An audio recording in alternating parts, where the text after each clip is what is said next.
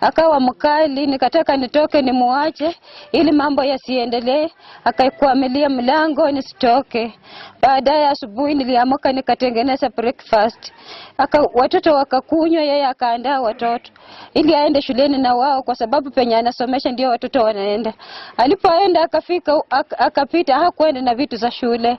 Bags za watoto akawa ameacha, simu ameacha kwa nyumba na sijui kwamba ameacha. Nilifikiria watoto wameweka bags zao kwenye mikongo, wameweka jacket ya asubuhi kwa sababu ya baridi. Nilipokaa kidogo ameondoka, nikafikiria baiskeli ameacha kwa sababu alikuwa na pesa anaweza panda, kwa sababu baiskeli inamsumbua.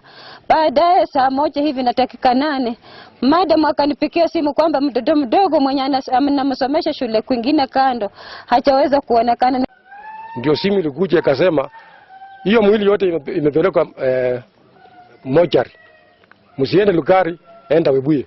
Tulienda Webuye. Wakati tulifika Webuye na vijana wangu walifungua mlango, tukaingia na nikaona kweli ni wachukuu wangu wawili na kijana yangu. Mtu akiletewa maiti 3 wale ambao hawajapata accident, mtoto wako na wachukuu. Na mchukuu kijana wa kwanza ndiye mchukuu wangu wa kwanza. Nimeshangaa. Na mtoto wangu tangu ni msae hajawahi niambia neno lolote. Amenitii kama mama.